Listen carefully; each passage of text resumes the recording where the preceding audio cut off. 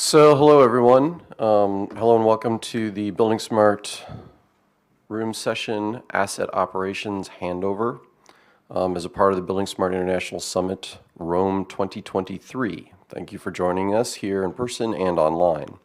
My name is Jeffrey Ouellette, and I will be your moderator and main presenter today. This session is scheduled to last about 90 minutes. We will be having a few presentations, but we're also trying to facilitate some discussion. If you want to ask a question, you'll notice in front of you there are microphones, and then there's a button with a little speak button on there. When you press that button, it'll enable not just for the room to hear, but also for the participants online to hear as well. For the online attendees, though, their microphones are going to remain muted. They can ask questions. Those will come through on the chat. Hopefully I can have those relayed to me and we can bring them to the room's attention. But while you're here in the room, please keep the background noise to a minimum. And again, you have a question to ask, just raise your hand, turn on your microphone, and we'll start the conversation. I would also then like to bring your attention to that buildingSMART is committed to ensuring that participation in the development of standards is unrestricted and the process for their adoption is transparent, and the standards are therefore do not favor any particular provider and are open, non-binding, and accessible to all. Please take note of our antitrust code of conduct. You can find a link here with the QR code, but you can also find it on our website. All right.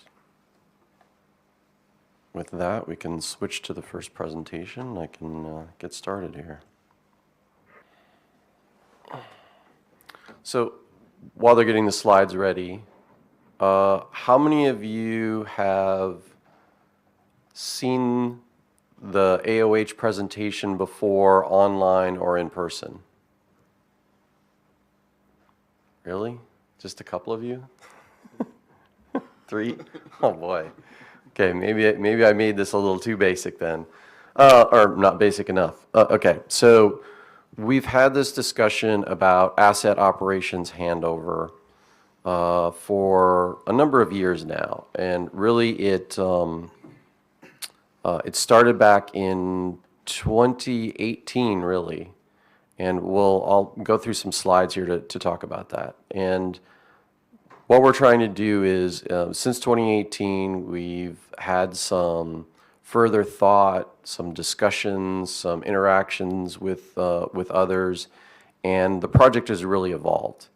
Where we're at today, and what we want to really talk about today, is we're at a state where we don't have the project fully funded yet. We're still looking for sponsors to fully fund the project. But in doing so, we're sort of trying to present messaging that will better attract those people who are not only interested in participating, but are interested in investing to make sure that we do this work and we do it right, and hopefully do it quickly. And I think now with the advent of IFC 4.3 being voted on and adopted by ISO, I think we need to strike relatively quickly when that comes up, because I think everyone will have more confidence then when they see the results of that voting. So yeah, so I'm going to do a brief overview. I realize there's probably going to be things missing or more information that you want, some big questions overall. Previous presentations are available online. I am also more than happy to send you more information. I am also more than happy to get online and talk to you and your organizations. If you want to give presentations for a particular set of stakeholders in one of your countries, in one of your offices, in one of your companies, I'm more than happy to do so. So don't be shy to reach out to me and ask for more information. I'm more than happy to share that. We'll talk a little bit about the activity proposal and the project plan, what we're trying to do, and then fortunately I'm being joined by Chi and by Christoph over here, and then we may have one other person talk about use cases. So when we talk about asset operation handover, we're talking about that ability to, at the end of the project delivery process, hand over information for any domain, any type of project for operations. And while there are differences on the projects, on the types of projects, the specifics of the projects, the domains, what we're trying to do is also find those commonalities that allow us to provide the vendors with an opportunity to have a low threshold of implementation for that handover, right? And we'll talk about how that looks. And then at the end, these next steps, this idea of how do we move forward. Okay, so big picture. One of the core principles that we talked about when we started this project and this process was understanding that in the life cycle of a building, when we talk about the operations phase, and we talk about the project delivery phase, and we talk about the handover of data, it is making sure that all of the information from the design process through the construction, installation, and even commissioning process is made available to the owners for their purposes, right? And so one of the subtleties of that, though, is that it's a transfer of information, but it's not necessarily a transfer of ownership of the information.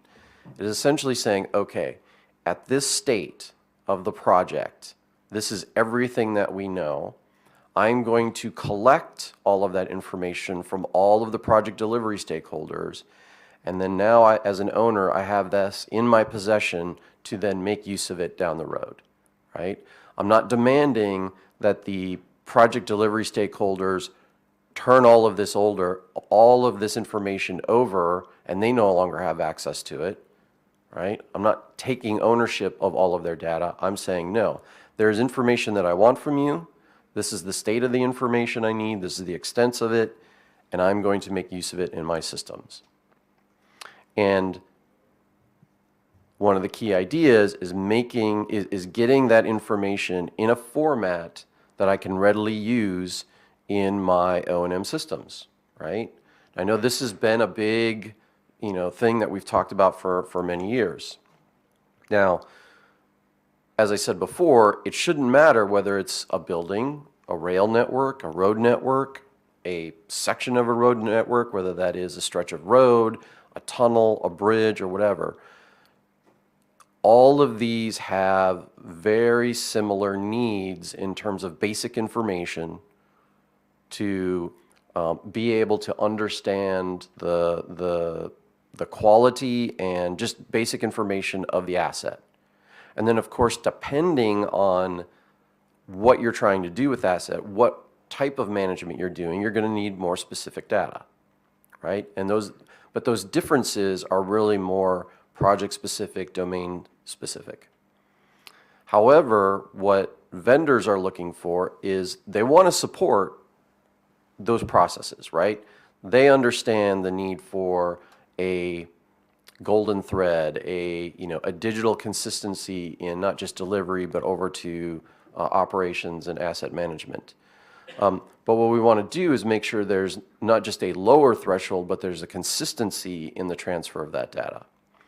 And we're fortunate now with IFC 4.3 and the upcoming IFC 4.4 with the addition of tunnels, is to have that consistency of semantics of the built environment across all of these domains. So for the vendors who have already been working in the IFC world for a number of years, this is great because they already have an understanding of what the expectations are. They can apply their past experiences and knowledge and be able to support that. And as I said, there are a lot of different systems out there. We all have used them for different purposes. We've used them in different scales or scopes of usage. Not everyone is necessarily as sophisticated an owner to say, oh yeah, if you give me all of the information, all the digital information, the model, and all the attributes attached to it, I am digital twin ready. I have that sophisticated ability to run automated building systems and control systems, whether it's for climate control or lighting or all that. But On the other hand, I might be an owner that is only sophisticated enough to say, you know what, I really only want to know how much space I have, what my spaces are, and who are in them. I'm just about spatial management. Okay. You could get more information. That information will always be there that you can extract and get and use, but maybe that's all you need, and then that's all you should ask for, and that's all that should be delivered to you. And that's reasonable. And as I mentioned before, this idea of digital twins, this is the new BIM, right? I mean, we started these discussions almost 20 years ago, and everyone talking about BIM and everyone getting excited about it. But I think we're still going through this process of determining, well, how we get to digital twin, what necessarily is digital twin, what is, what isn't, and that's okay. And I think the important things to work on are not to say, well, until we get digital BIM totally figured out and nailed down, we can't do anything, and instead say, what can we do today? What do I want to do tomorrow? And then how does that feed into the evolution of digital twin at any scale, whether it's just at a single facility, a single asset, or the scale of an entire city, a region, a whole block, whatever that may be. This is not, and one of the things that I'm very much a proponent of is that it's never a case of I can only wait until I can do everything. It's do what you can right now and keep building on that, right? Because if you wait, you will never do it, because you will always say, oh, well, I need this before I can do it. And then you get that and you go, yeah, but I really need this too before I do it. No. Then you'll never get anywhere. Start small, build on top of it. And we're not starting from scratch. So how many of you are familiar with COBie? Okay, that's a better rate. Yeah, that's better. So COBie was a data handover specification developed in the U.S. by the U.S. Army Corps of Engineers in, correct me if I'm wrong, but it goes all the way back to about 2010. Does that sound right, Emma? 2007? Okay, 2007 even. All right. Yeah. And the development of it, the authors of COBie were very clear in their mandate from their sponsors, their owners, and what they were trying to do. They had an idea of a set of information that they wanted in order to manage facilities in the U.S., military or government-related facilities, and they felt that with the systems that they were using, their O&M systems, this was the ideal set of handover information, but also the formats. And the truth is that COBie really wasn't just sort of, pulled out of thin air as much as said, hey, there's this thing called IFC. It is a semantic standard for understanding the built environment, or at that time, buildings. And we can actually use that as a way to figure out what does the data look like, what are the connections to each other, and what should we expect so that we can feed it into our O&M systems. And so COBie was really built around that. But also another part of that is COBie said, well, but if you're not using a model, we also can provide this information via worksheets or spreadsheets, right? Excel, CSV, preferably CSV. But yeah, we could provide that information. And granted, it would be a somewhat manual process, but the really important part is that the information was standardized and formatted in a standardized way, right? It still, even in a worksheet point of view, had a connection to the IFC schema. There was still an understanding of, if I really wanted to, I could go to somebody's model and say, well, what's the GUID for this? What room is it in? What are all of these things? What are the relationship it has, like a door or a piece of furniture has to a room? You could still have that information. Now, at the same time, we also had other MVDs like the basic FM handover view, which, was used in certain cases throughout Europe. And in both cases, you had people from different markets looking at these different alternatives and saying, well, what works for us? Can we adapt these things? The UK was also very involved in the development of Kobe, but also felt like for their needs, hey, let's take Kobe and make our own sort of flavor of it. But what we've also realized over the years is that that's maybe counterproductive.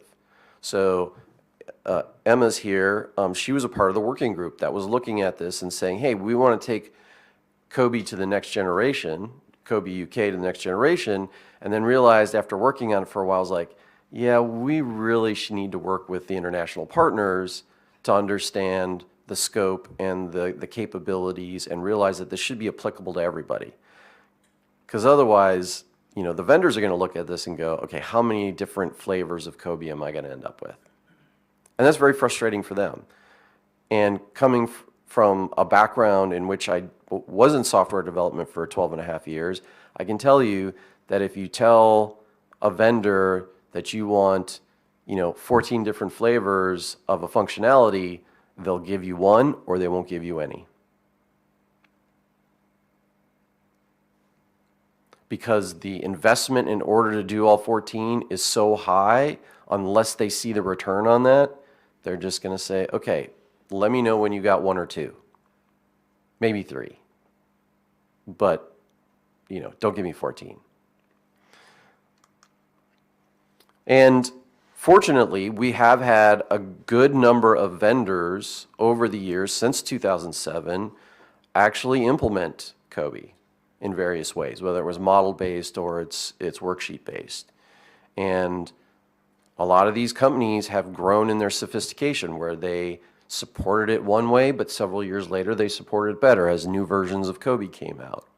And so they have a better understanding about it. Now, I think, to be honest, many of them are as frustrated with this idea of the handover and what specifically handover should be and the scoping of it. They are as frustrated as owners are, as end users are, frankly.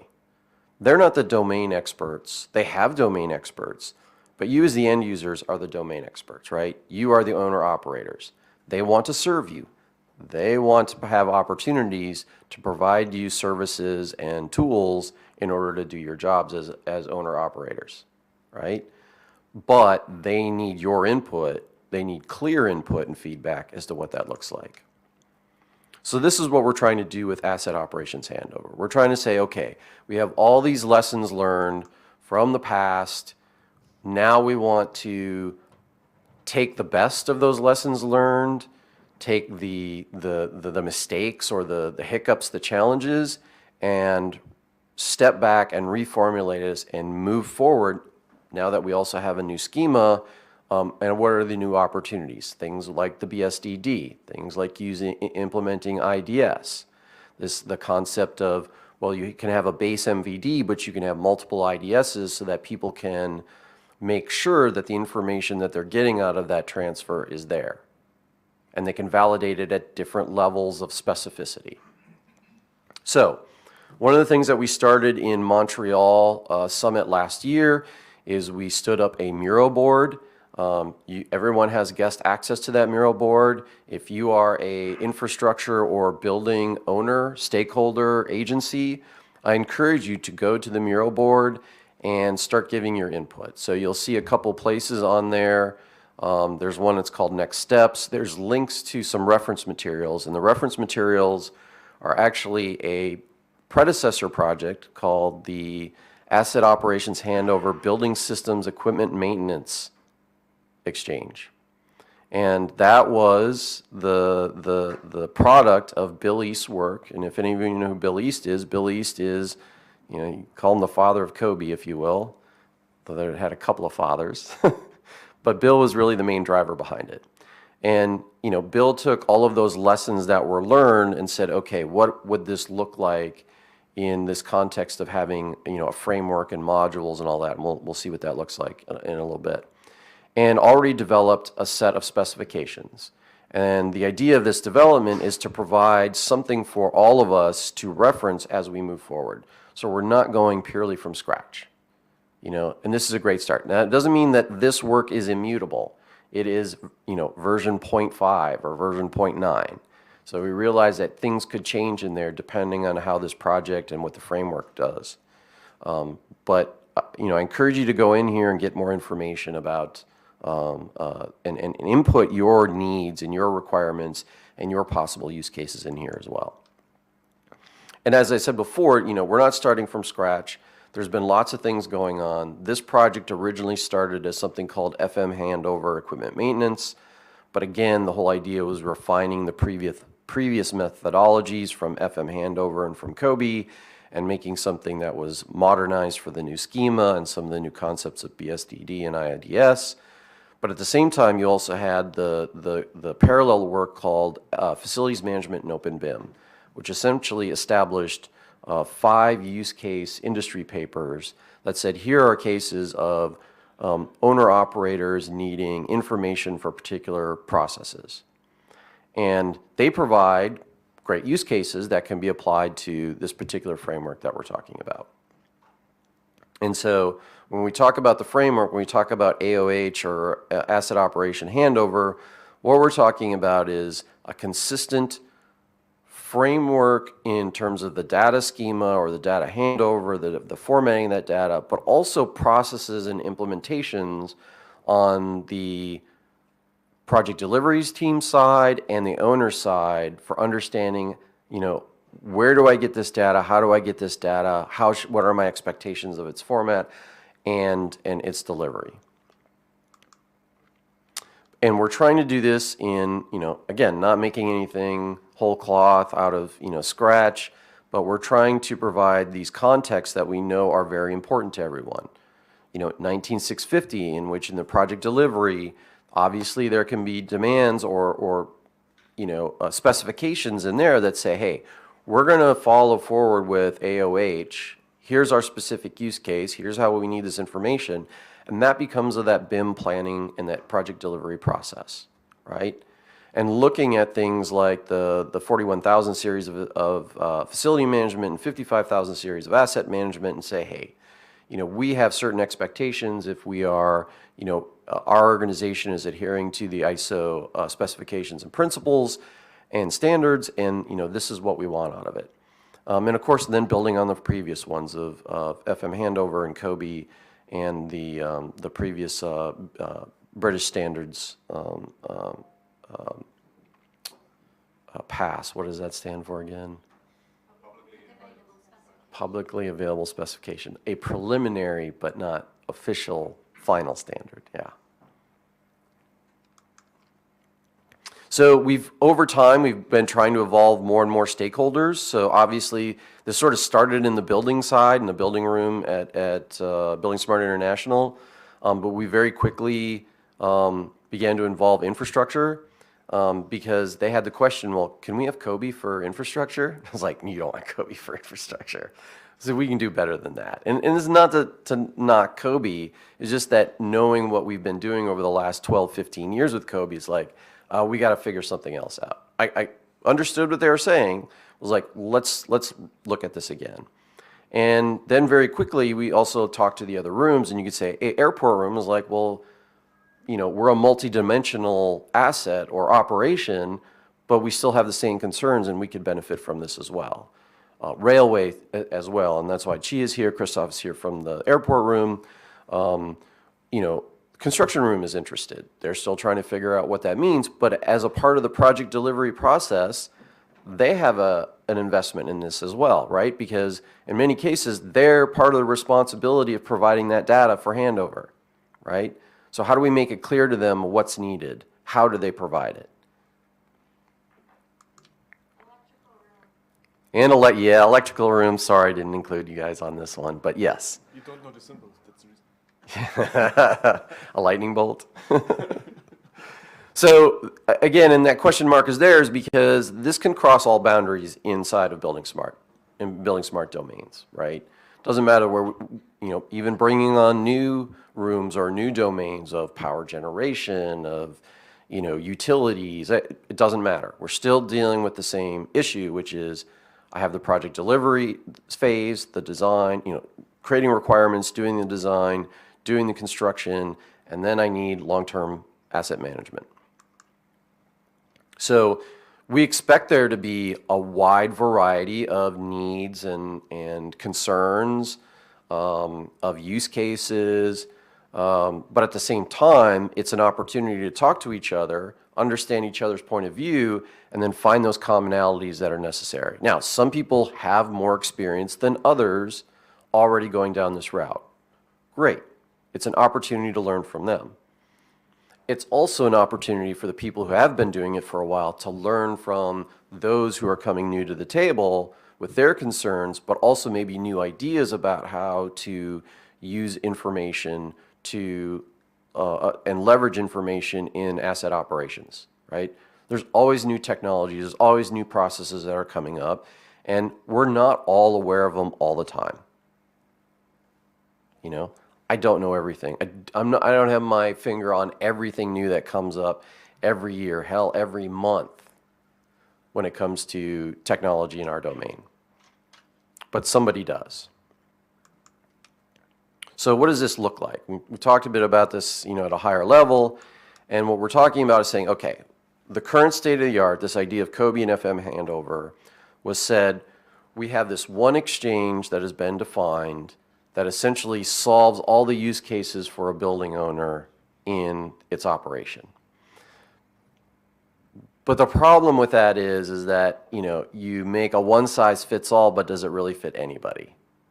Right? And these are the lessons that we've learned over the last 15 years with COBie is saying, okay, well, in all the implementations that we had or all the attempted implementations, everybody sort of tweaks it once they get their hands on it. Or there's a lot of frustration and people start going down the COBie route and then, before the end of the project delivery process is like, we can't do it. We can't deliver it.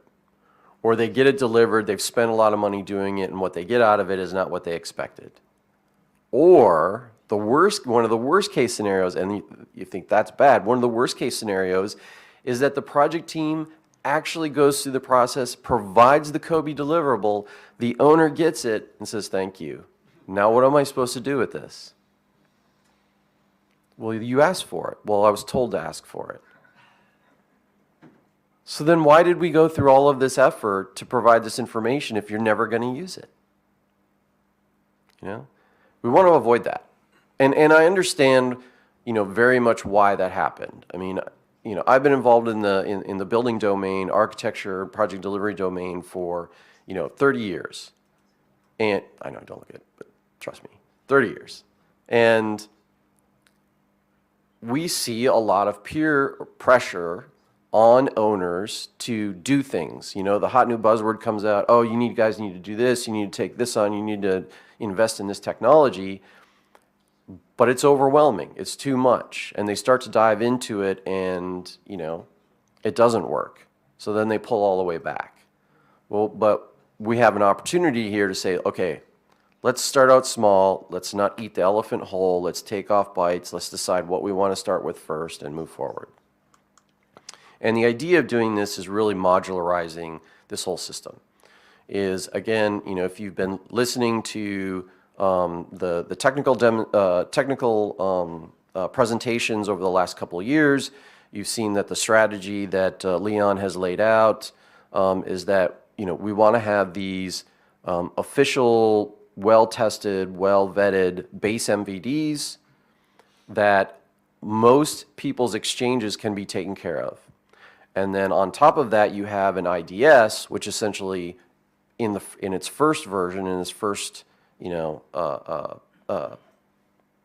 manifestation, is that it says, look, I want to validate a certain amount of information that comes out of that export, that exchange, right? The things that I really need, I want to make sure they're there, and I want to make sure they're correct.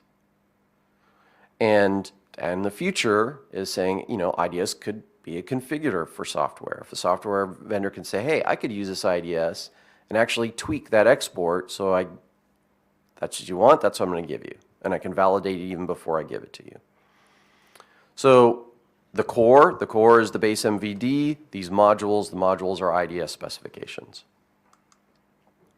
And, well, what's in the core? Well, the core has to be able to operate across multiple domains and multiple use cases, right? So what you want is the best common denominator of that idea. If we're looking specifically at the IFC schema, is what are those core concepts, whether it's spatial hierarchies or relationships or everything that can be used across all use cases, right? Not mandatory, but can be used by all use cases. Should always be there so everyone can use them. And the gray box of geometry is interesting because I hear a lot of use cases that say, well, geometry is not mandatory, it's optional. But there should be some type of designation in that core that says, well, if you want geometry, you get this. Or maybe it's two choices, saying, you have your choice of geometry you're going to get. Very, very, very, very simple, or one with a little bit more complexity. But we have to specify that. We have to say what that is. The vendors want to know. And the fact that this core can also have a specification that is beyond just IFC, but it can also, as I said before, be delivered in other ways. What if I export out CSVs or I export XML files that are basically just a reporting of all the information you need, especially if you don't need geometry? I still have the identifying information, the GUIDs and all of that, but I don't need the geometry. And I want it in a format, but that format is still related back to the schema. Then the modules can be more specific. They can be very broad. The module could be, you could have a Kobe module, right, if you really wanted to. Or what you could do is you could develop smaller modules that were very specific about very specific things. So equipment maintenance is, well, it may seem big, it's actually a very small module. You could say, oh, I just want one for electrical systems for my asset. Just show me all of the equipment and my systems, okay? And then you could begin to combine those. But the whole idea of the module is to then be very specific about your use case. But not so specific that you're only using it for one project, but you're using it for one process across multiple projects so that you can reuse it over and over and over and over again. You might tweak that IDS for a project, but you got to have an IDS that you can use for that process in any project. And then with that modularity, you can then build those modules and put the modules together to get a larger and more sophisticated output, right? So say you had an electrical system module, and you had a wastewater module, and you had a space management module, right? Well, I want to take all of them, and then you can build that level of sophistication as your level of sophistication as an owner, as an asset owner, grows. Makes it easier to manage expectations as a result. Makes it easier to manage the expectations of the project delivery team. All of the people are responsible for information and data as a part of that process. And then the results are, these opportunities to build exchanges that people can reuse across markets, right? Maybe you have a module that is very specific to your organization, but that doesn't mean that that module couldn't be adapted by others into use in their organizations with small tweaks and said, hey, we base this module on this particular use case, but now with a few tweaks to the IDS, we can make it work in our organization. And it all still is based on the framework and the core deliverable, which is the only thing that the vendors have to be able to deliver or know that they can consistently deliver. And this makes it easier for then BSI to certify software vendors on being able to support the process, but it also gives you more flexibility into getting the information that you want out of that type of export. Okay, so this is the direction we're moving. Does everybody have a clear understanding of that? Sort of. Okay. All right, and again, potential modules, when we first put this presentation together a couple of years ago, we were sort of, brainstorming, spitballing, as we say in Texas, what are the possibilities? We threw just a whole bunch of acronyms out there because we were trying to figure out what the heck we call this thing.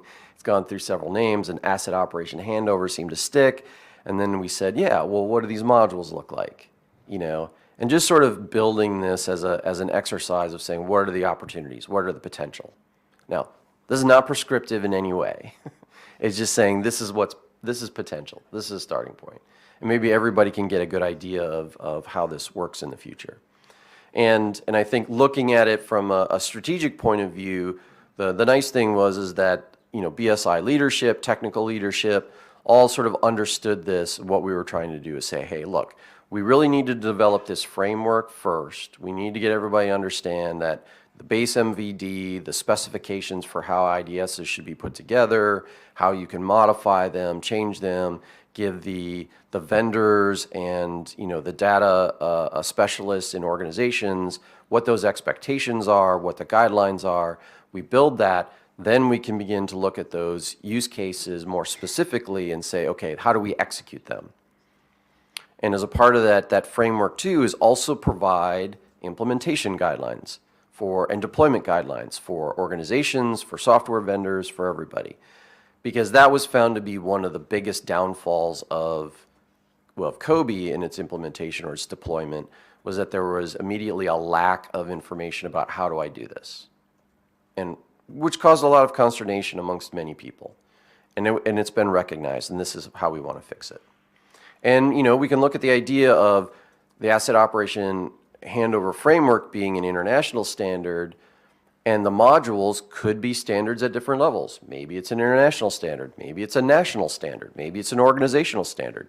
That's up to you as the stakeholders to determine based on what's included in the IDS or what the IDS is used for. And so we have a project sort of laid out. The joint workshop in Montreal was sort of the beginning of this. This is really an extension of that. We're still looking for funding so we can really kick this off and move down the road. But we've said, look, really the key things with phases 2 and 3 is to say we need to collect a number of use cases from different stakeholders and say, you know, what are the things that you would like to do with asset operation information? And then how can we look across all of those use cases and find those commonalities and find the things that we know should be included for all exchanges, and then figure out those things that are specific to them. Not drill down on them too much, say, yeah, this is specific to this domain, or this is specific to this type of project, or this is specific to this type of process. And from that, we can then begin to develop that modular framework and all of the documentation, the technical documentation, the specifications, and these guidelines that are necessary. And then in phase 3, essentially do that for these individual IDS cases, right? Because the key thing to all of this is, yeah, we can talk about standards and specifications and everything, but we also need supporting documentation. That is the thing that we've learned over and over again, is these things only succeed when we have clear, end-user readable, you know, the people who's, you know, boots on the ground can read a document and say, oh, I know how to do this now. You've told me how to do this. I don't have to figure it out on my own. And that takes work to do. So I've gone through that. Again, we're at the point where we need more sponsors. Obviously, we do have a lot of interest in participation, but you know, we're looking at trying to raise $250,000 or 250,000 euros to the framework work, right? We've received 30 so far. So thanks to your peers at Traffic Verket and FTIA, they've invested. Statsbig provided some seed money so that that first project, that building systems equipment maintenance, could be done. And there was 14,000 euros spent to do that, right?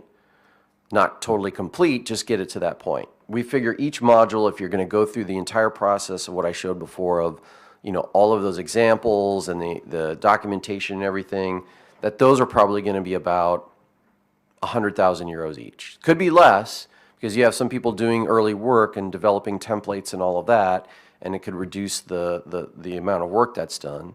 But you know, we're trying to be conservative and say, okay, 150,000 euros for each of those use cases is a reasonable, safe assumption to make. Okay, could be less, but we just shouldn't be more. In terms of sponsorship, obviously being a member of buildingSMART at the international level is great, at the chapter level is great. We're looking for this cash because we're looking to hire consultants that are focused on producing the deliverables. Now, there's lots of projects that go on in which the stakeholders of the project are providing in-kind services. We understand that. In fact, the project plans show that there's a lot of in-kind work that goes in here. But for every euro spent on the consultants doing the work, there's $2 or €2 spent in-kind contributions in the time and the effort by the volunteer participants in the project, giving your input in, right? What is my perspective? What do I want in there? Participating in the meetings. Well, the consultants then turn around and actually have to produce the documentation as a result of that. And why are they doing it? And I think, this is great. Sten, one of my new fellows for BSI, they see this as an important investment, right? They've used, Kobe, they've had success, and they've had some, moderate success and better success than others, but they obviously see that things need to evolve, right? So this is an investment into that evolution. And they also see that there is a higher return on investment if they do this right. If you can reduce that threshold of getting the information out of the project delivery process into their operations in a meaningful way that they can always use and it's repeatable, that's what they want. And, they want to encourage other organizations to say, hey, this is in all of our best interests if we do this. If we come together and we work together on this, we also see better support from software, right, from the vendor world. And, some do it well, some don't. Some are looking for opportunities. There are startups happening all the time saying, what's the next thing? What can we do? Where's the money to be made? Where's the pain point? Provide them a clear vision of what that is, and there will be solutions there. And so, sometimes I think, people see this and they start talking about it like, we can't do this. This is too big. It's too hard. But it's a bit by bit process. We have an understanding of the scope and the scale of it. We have a very good understanding of the technical side of how this works. But what we really need to do is start chipping away at it by looking at these use cases and getting all of these different stakeholders involved and saying, okay, how do you want to do it? How do you want to do it from your point of view? And your point of view is going to be different than your point of view. It's going to be different than your point of view. But all those points of view matter in order to come together and start chipping away and making this work. So I'm going to go ahead and switch over to the next presentation to do a couple of these use cases. And I think it's going to be Chi next. Here's your clicker.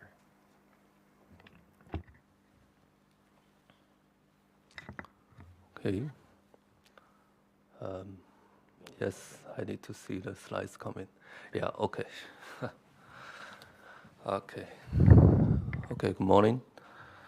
I'm Chi. I'm from SBB, the Swiss Federal Railway. But today I'm coming on behalf of the Railway Room. So to give some input about use cases and requirements from railway perspective. Well, in Railway Room, we are all the stakeholders in the Railway Room are like public, national railway companies or infrastructure managers. So for us, it's about this maintenance and operation for assets are really essential because that's actually even more important than design and construction, probably. So if you ask, for example, a railway expert, ask him what kind of use cases do we have for asset operations handover, they would probably say, well, pretty much everything. All the things, all the information that we need at the end will go to this asset management system, will go to the operation system. We need all this information. Everything is very important. Yeah, so as in a in the last actually 4 or 5 years in the IFC Rail project, we have been working with all these railway experts and try to define the use cases. At the end, we defined like 38 use cases, and there are some use cases which are specifically related to this topic, I would say. It's like for this alignment and functional railway requirements, and railway as maintained modeling, and railway as operated modeling. And from domain perspective, yeah, railway is a very comprehensive, I will not say domain. I know in the buildingSMART community, we usually say that railway is a domain, but railway, within railway, we would never say that railway is a domain, because railway is very comprehensive, that we have many domains inside. So inside we have like alignment, we have track and energy and telecom and signaling, and each of them has more specific use cases. For example, just now Jeffrey has mentioned this signaling system. That's a very specialized domain in railway, which is very related to safety in the maintenance and operation phase. Yeah, so yeah, we actually, for here, I can just give some very high-level input, yeah, from railway about this. And we have actually a more detailed document about requirement and analysis from railway perspective. I have the link copied here. Okay, and I would rather really talk about requirements that are related to these use cases.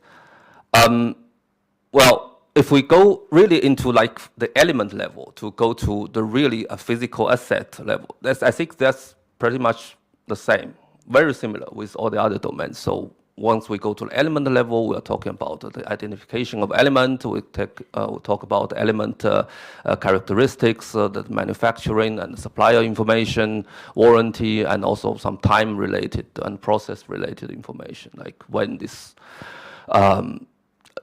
element was purchased, when it was installed, this kind of information.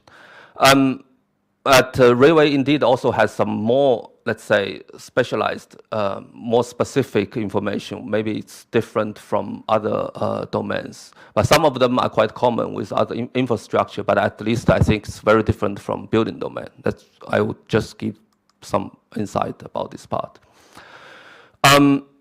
Yeah. One very important thing is about this railway network and the line specification. This is actually kind of like a very high-level functional aspects of the railway. We're talking about railway line, we're talking about the railway network, and yeah, all this information which are things like characteristics of a railway network. Well, what kind of railway it is, and yeah, the track gauge, the maximum axle load, and also some kind of like safety rules, the speed, all this kind of information which are associated with railway line or yeah or route, and also corridors and routes. Yeah, and then yeah, railway line and also the track topology information. That is how the things are yeah, how these tracks are connected, because these things are really used in this maintenance and operation systems. And the other quite specific thing is alignment, but I think this is common for all the other infrastructure domains. It's just different from building domain, also different from the traditional, let's say, COBE, what COBE can cover. Well, alignment, we have this horizontal, vertical, and current alignment, and this alignment in this maintenance systems, alignment is also associated with topology systems. So of the alignment, all these kind of switches, for example, are connected to a track node in this topology management system. And also the positioning of the elements, this is also needed. So this the thing is that also somehow a bit different from the building domain is that the elements needs to be positioned at least based on map coordinate system, because this is the information that is needed. A lot of elements that are positioned along the railway network, actually the master information about positioning is based on this like eastern or northern coordinates rather than talking about some XYZ coordinates based on some local coordinate system. And of course, also this linear referencing system. It's where this element is along alignment, the distance along alignment, and also offsets. And also the conventional, this local reference system. This just that's similar with the building domain. That's actually I just prepared this these 4 slides, and as some very high level input from railway perspective. So I think would give to the next presenter. Yeah, thank you, Shi. That's actually perfect. So next up, Anna's not here. Tina, are you giving the presentation? All right, come on up, Tina. We'll go to the slides, Anna, number 4.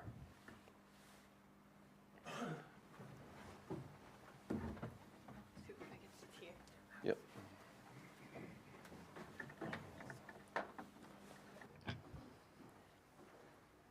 So good morning all. So my name is Tiina Perttula. I'm from the Infra Room Steering Committee, and I'm the chair of the Infra Room, and I'm here on behalf of Anna Niederström from Swedish Transport Administration, and also on behalf of Tarmo Savolainen from Finnish Transport Infrastructure Agency, who are the stakeholder for this project in Infrastructure Room. Shortly, we have been discussed this topic now for over a year now together with Jeffrey, and we see that this is very important part for us, of course. And we have done already some preparation work for the project, and there is a few good examples here that there is already a proof of concept from Trafikverket, and I go through them with you, and I would like to have the conversation here today that how we could scope the project in order to support many rooms and maybe have more stakeholders from the other rooms as well. But the models for asset information, of course, they are not defined in the level that they should have been defined or should be defined in the future.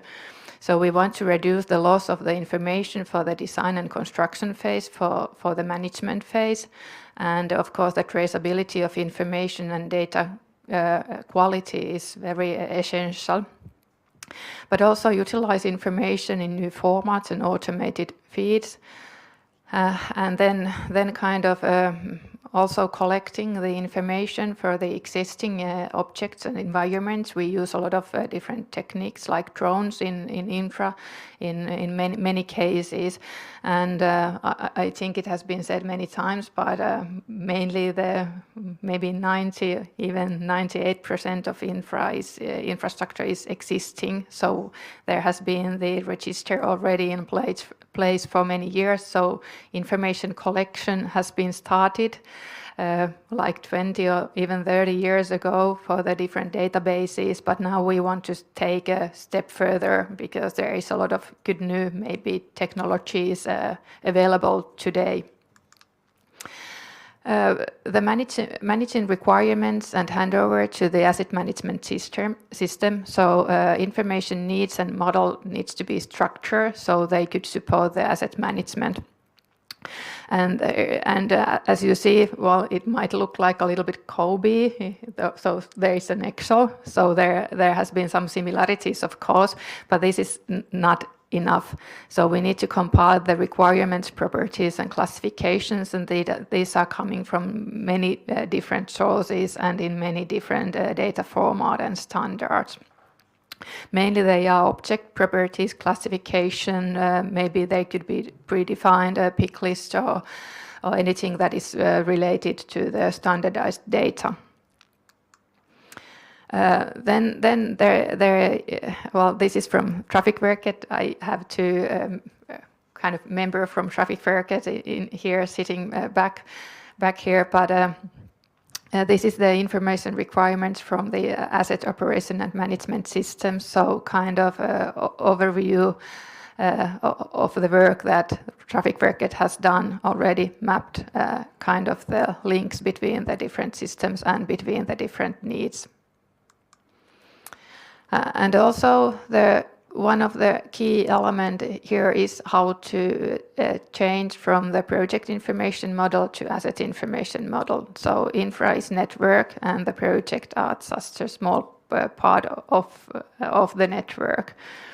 And in many cases, it's like Xi mentioned, it's the kind of the position and the location and how you want to define the location, because it's not only the coordinates all the time, it could be, for example, the maintenance areas and these type of elements. So this object belongs to the different areas depending on, for example, how the contractual operation has been organized in the agency.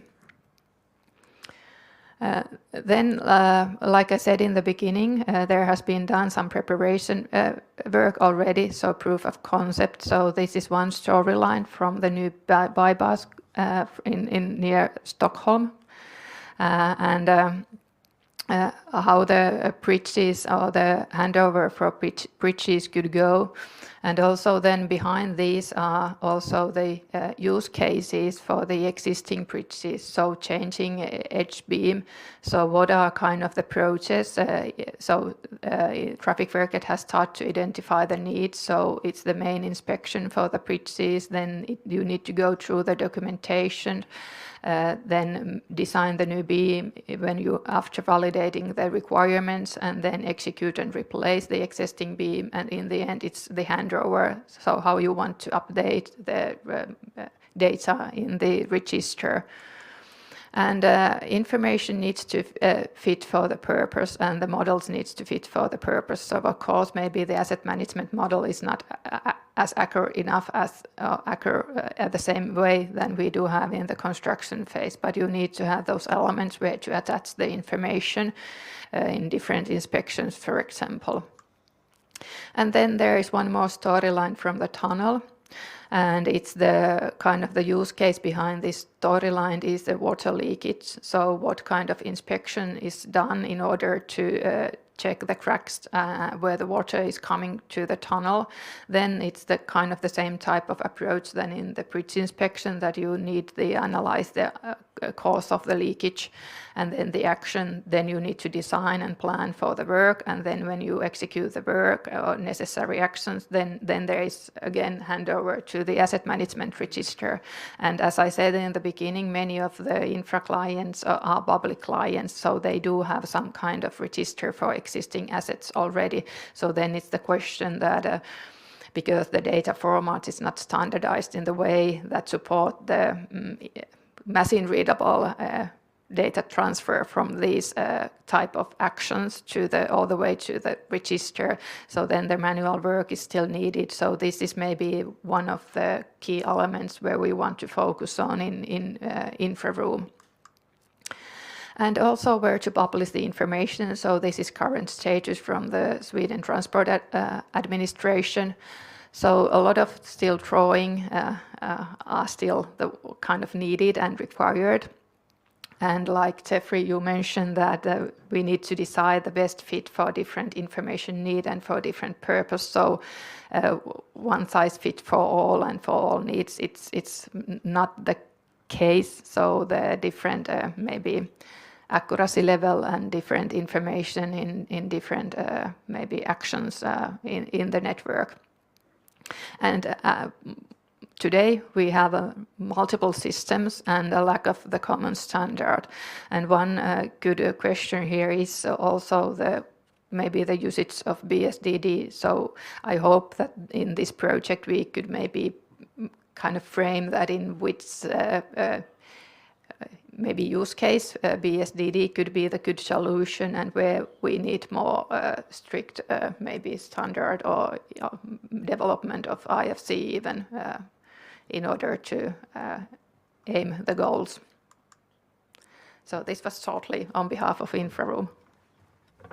Thank you, Tina. And then I'm going to hand it over to Christoph for the last one, and then we'll take questions after that. So, thanks. Regarding to BSDD, I had a slide inside my presentation, which covered that perfectly. Yeah, it's happened already. I only need my slides on the screen. It works. So, thanks. The story from the airport room in behind last October, when we met in Montreal, we already invented the same as Jeffrey invented, but we noticed that later on in the airplane. So for that reason, we merge these activities already, and I would like only to describe our so-called business cases. Last year, and at the plenary summary at the end of the Montreal Summit, we already describe exactly what Jeffrey tried to solve completely with the AOH standard. And from the airport room, we try to address our customers, our airports, with so-called business cases, because we actually looking also for funding, and airports are business-driven, and they understand only with the use that this is something they really need. So we had two business cases. The first one is the BSDD regarded, because we don't have actually the comfortable situation like the railway or the infrastructure world that you already got an extension for the scheme. We actually need to develop this for our own, and because the airport world is more isolated and not spread it over the whole world like the railways or the infrastructure worlds. So it's not necessary to embed all the extensions directly in the IFC core scheme. So we work more with an addendum or with an amend to IFC based on an BSDD setting. So for that, actually, we identify a lot of extensions or a lot of things we need to cover up and we need to amend to the IFC scheme. We merge this to already existing IFC4 and already existing IFC 4.3 declarations from the scheme. And we create a so-called airport room domain inside BSDD. Actually, we spread out surveys. This runs up to the end of August to evaluate these amends, and we spread out these surveys to all the international experts in aviation. This is very important to make sure that our extensions really are practical workable. And this is something you did in the infrastructure room or in the railway room since the last 4 or 5 years. We have to do it in a different way because we don't have so much members directly in the airport room. So for that reason, we did it in another way. But the result at the end is more or less the same, hopefully. The thing we want to do here, and this is the thing where BSDD getting really important, is that we want to combine existing industry standards, and this is a very important thing in the aviation industry, directly with our declarations. And there was a really nice idea yesterday from Jose, who's somewhere in the room, I saw, that we need also to embed the whole rule sets of these industry standards in combination with our data structure. So in the aviation industry, there are a lot of very important rule sets. Otherwise, you can't arrive here at this place with your airplane, or only with a look of good luck. And for that reason, it's a really interesting setup. And this is something like the basis to produce something we call business case 2, and this is from our perspective, called integrated IFC handover for operation taxonomy. We will change that wording to the AOH because it's the same at the end. What we try to explain with this few slides here is this is a typical setup for a project at the airport. Airports have a lot of different buildings and a lot of infrastructure. Usually they own all of these things, from the technical infrastructure, from the buildings, from the power supply. Everything is usually owned by the airport themselves. It's a small city with completely everything inside. For that reason, we need to cooperate a lot with the infrastructure room, with the railway room, because usually we have all of that things also in the airports. Some airports own railway tracks, monorails or something like this, so they really have everything under their control. But if they produce a new building, they have a setup like this. So this is more or less the ISO 19650 setup with a few additions regarding how we reconnect the buildings from the construction site with laser scans to the models, because this is very important. We need accurate models at the end, which fits with the reality. Otherwise, we can't operate. And the first setup, which is very important for airports, is to declare what is the typical content of a model if you want to hand over this stuff from construction to the operation stage. So we actually think about to have a standardized LOIN setup because usually every airport needs the same if he wants to hand over or he wants to get the information. This was the first thing we decided to have. This covers more or less what we heard already from Jeffrey. The next thing is, maybe this is something in addition, that actually it's really hard work to hand over all of these informations from the CDEs to the middlewares where you operate the buildings. But there's already something existing called OpenCDE, which was presented a lot of times, but which is not actually work in the reality, because we have common data environments already supporting OpenCDE, but more to connect BIM applications with the CDE, not to connect another middleware or another platform with the CDE. And this is something which is very important for us, because it is the only way how to transport all of this information, inclusive the connections between model documents and context informations to another place, and don't lose all of these connections. This is very important for us, and we want to have a standardized solution for this as well. Well, this is an important part of the use case or business case I describe here. Maybe this could be something like a use case inside the AOH project. So this is more or less how I can understand how it could work. The third thing, and this is maybe this setup which is covered completely in the AOH project, is that we want to have more compact setup how to hand over the information. So at the beginning, the most important thing is we want to have a model which is just more or less containing the information conformed to the LON setup we mentioned in the first step.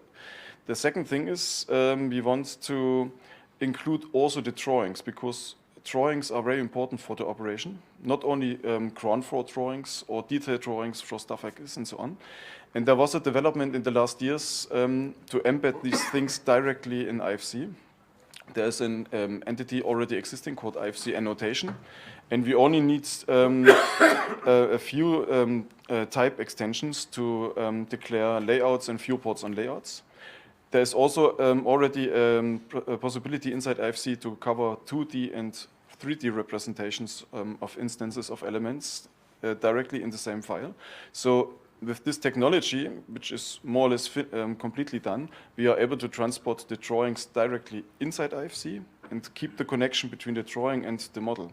This is very important because usually inside an airport, we open a building, and inside the next few weeks, we completely reconstruct several parts of it.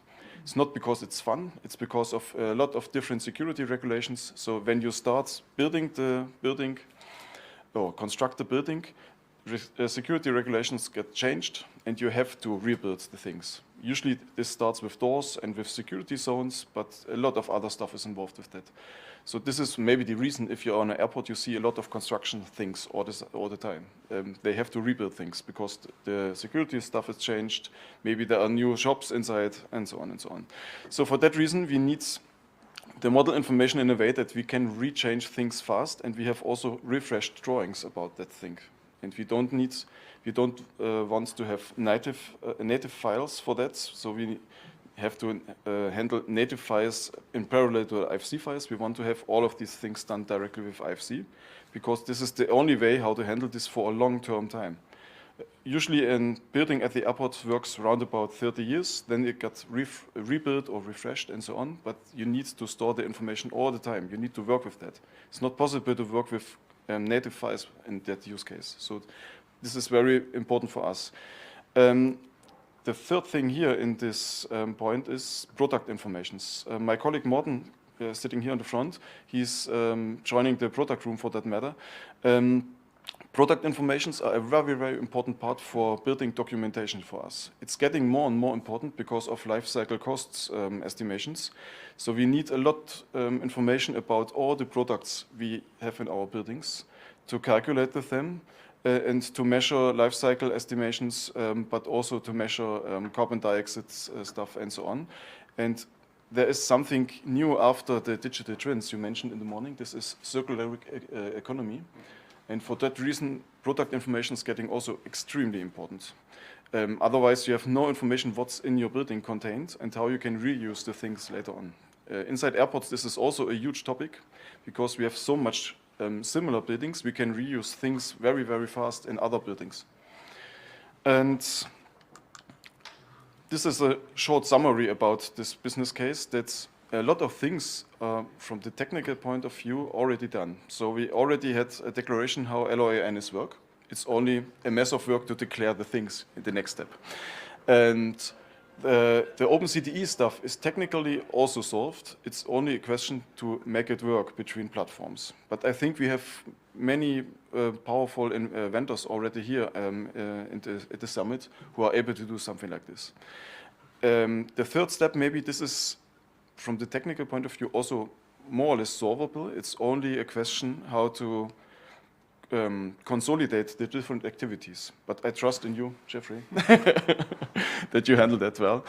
So the things with the 2D drawings is already developed. It only has to be solved that it's getting part as an official declaration, but it's not much work with that. The next step, the MVD for handover things, this should be something which is controlled with the AOH project, in my opinion, but I think that's the reason we are sitting here.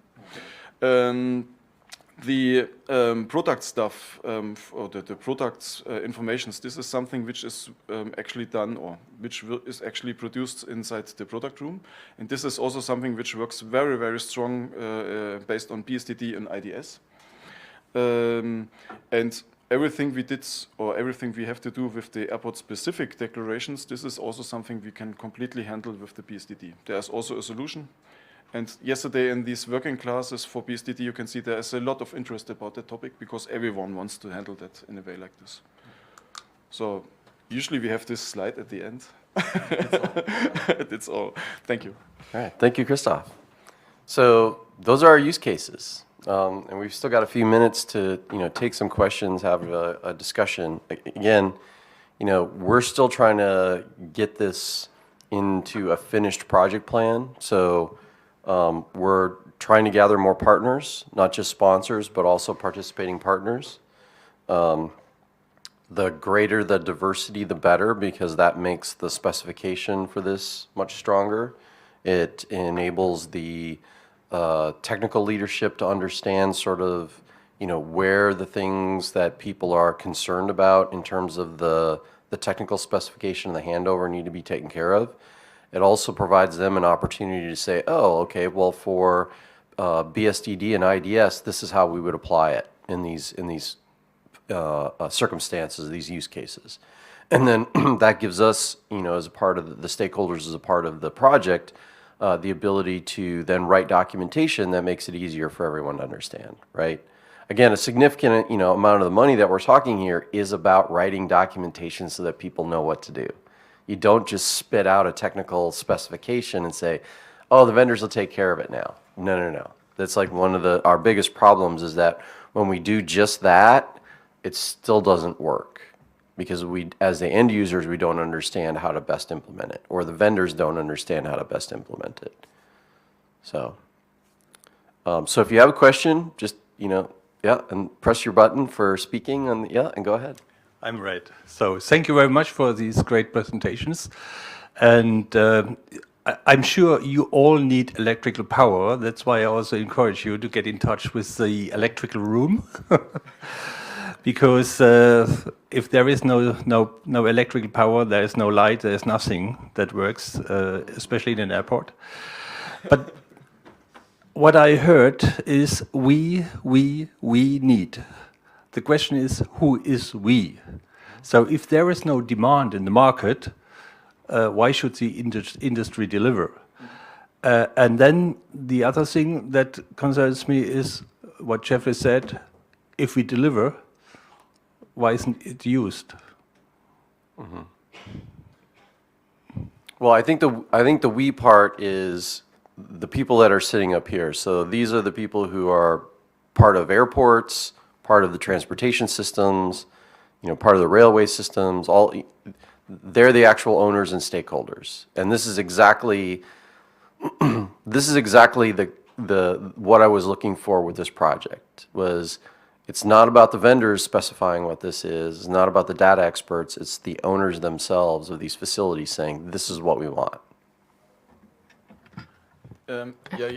Tina. Yeah, and maybe I could add that the stakeholders from InfraRoom are the infrastructure owners from Sweden and from Finland.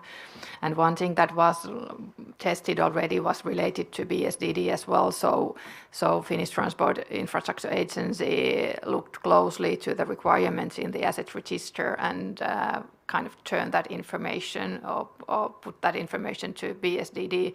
So kind of these are slowly starting to, the demand is already kind of there embedded, but maybe that the data structure supports more better these demands. So I think we is here now maybe infrastructure owner or the owner organization, asset operations. AASHTO in the United States is another one where one of the projects I'm working on is the BIM for Bridges and Structures. They're very excited because the part of the project we're working on is this design to construction exchange. But now that they've seen the work that we've done so far, they want to hop to the next thing. And this actually fits in very well with that desire to do asset operations. But they still need a little bit more understanding of what that includes and everything, but they want this. And, you know, that's huge. I think for me, what I see is the very interesting part of all of this is the very quick response by infrastructure owners to really want to move this forward and be involved. While the building domain has been dealing with this for a long time, and like I said, a part of it is there's some success, but there's also a lot of lack of success. And Emma can chime in on that as well. And so we still want building domain owners involved at different levels, whether they're government agencies or private owners or whatever. It's just that sometimes it's harder for them to do, and I think infrastructure in many ways is sort of leading the way, and then it makes it easier for them to understand the investment. Yeah, well, I could talk about this for the next hour. Yeah. I mean, part of my day job is helping clients define information requirements, and this is across a broad sort of portfolio of clients. And what we're finding is that they all want to define information requirements at portfolio level across all their assets, but largely they don't know where to start. You know, defining information requirements is a big job, and currently, you know, you find that their information requirements are in multiple documents across the organisation. And so what this project does, and we actually arrived at a very similar conclusion in the UK separately, that we needed standardised use cases. I called them pick and mix use cases. But it will give clients a starting point so they can actually go and say, right, I want that one, and that one, bring them together, gives them a starting point. Yes, they can then tweak it to their own needs, but you know, it ensures that they've got the right start to that information management process. You know, it's the input. And what we're finding at the moment is without, you know, that structure in place, you know, clients will create information requirements in a multitude of ways, and it's just chaotic. And, you know, as you go through the information management process as well, information requirements need to be combined with other information requirements, so they do need to follow a standardised way. And the industry is really crying out for that. So this is a really important project. And we got one question up there. Yeah. Okay, me, please. Okay, thank you.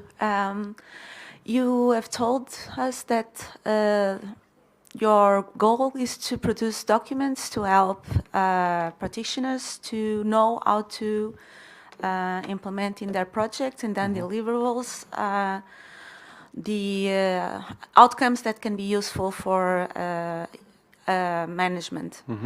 But at the same time, what do you think about preparing documents to sensitize certain stakeholders of the importance of investing in this strategic approach of delivering information? Because I have been contacted several times, like in Portugal, from for example, an ancient theater that is still ongoing. They wanted to make a digital twin, and they wanted Kobe.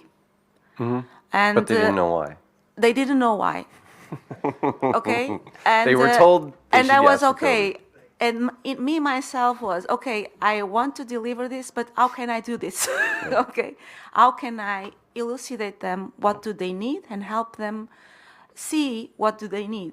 So Yeah, so to that point, Bill and a couple of other team members did do a lesson learned document, which I think is set the stage for why we were doing this project in the first place, and talks about the shortcomings of the previous efforts, and then what is lost or gained by not doing this well. So yeah, I agree, and I think the strategic documentation, there's been some there, but maybe we can do a better job of, or we can refine it and rebrand it and then consolidate it as a part of this process. But I totally get where you're coming from, is because a lot of times at the management level, as you said, is they don't need to know the nitty-gritty of implementation. They have to have the strategic vision of it. Yeah. And we've been trying to establish that with many of the talks and the previous presentations as well. Yeah, so we are running out of time, and yeah, there's lots of questions, and I want to continue this conversation. There's many of them. So I gave you access to the Miro board. So I would encourage you also to ask questions there. You're going to find me in the hallways. You're going to find me throughout the day running around places. So I want to get your questions and try to answer them there. But again, we're trying to add there. I would encourage you to use the forums, the buildingSMART forums, to ask these questions, and we have these conversations there, because that also allows us to collect those questions in a way that we can, look back on them and discuss them online as well. So yeah, there's always more question than there is time, but I'm going to take two more back there. So I commend everyone that's really focused on building something that's going to be useful for everyone going forwards. How do we make sure that this is not another project that goes the same way? We're already talking about Kobe version 3. How does that get involved in here? What does that look like? There's an interesting story to that, in that we've had the discussions with NIBS. They have gone ahead with their Kobe 3, but they understand that the next version of Kobe will probably be a permutation of AOH. Okay, so that's We've already had their Okay, discussion, great. agreement with them. Okay, and then just to lend our support, Plannerly, we'd love to get Yeah. involved. Yeah. Because we've already implemented 2.4 and we're going to do 3, and it's like, what's next? And Yep. yeah, how do we help? This is what we want to be next. Absolutely, yeah. Thank you. We are pretty much locked in the building and transportation infrastructure domains, right? Have you tried to look outside of our two focused areas, because there is complete information handover specification created in the industrial facilities domain, which is contributed by 60 members. It was developed over the last 12 years. It's complete data-centric handover specification, which is created for, let's say, oil and gas, for electric power generation, for nuclear power generation. And it's a complete set of documentation which defines information handover specification. So I'm wondering if you looked at that, and if you would be able to use it as basis for what you do. I have not looked at it, but please give me the information on it, because I would be happy Everyone to look should, at it. because this is already a set of documents. It's openly available worldwide. Okay, Yep. so I'm just missing it completely from the discussion. Thank you. Yep, thank you. One last one. Thank you very much, Jeffrey. Just want to share that we are working currently on a use case for buildings with a consortium of 12 organizations, from product industry till facility managers. We found out from this that we can start with a list of 50 components, with a list of information. But the most important, and this is where I want to ask the software editors and the vendors, we need to have a platform, because at this moment that we have a list, we need to connect the unique identification on the components to our database, to the database of product declaration, to the database of environmental product declaration, to the database of Schneider, because I need to have an information for the maintenance. So the point for me is not to only have the list. We can find a pattern that can be replicable building by building, but we need to have an extension, and with someone who is taking care about the platform connected to other platforms. So in that case, the BSDD becomes a platform that will be maintained throughout the time, because I need it for 50 years at least. Yep. And this platform must be connected to other platform information from other stakeholders with a maintenance of a link during decades. Yep. So who is going to do that? Yep. Don't happen. Don't answer now.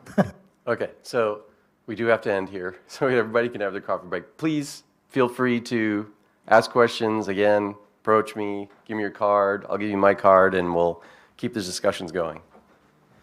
All right, thank you. It's getting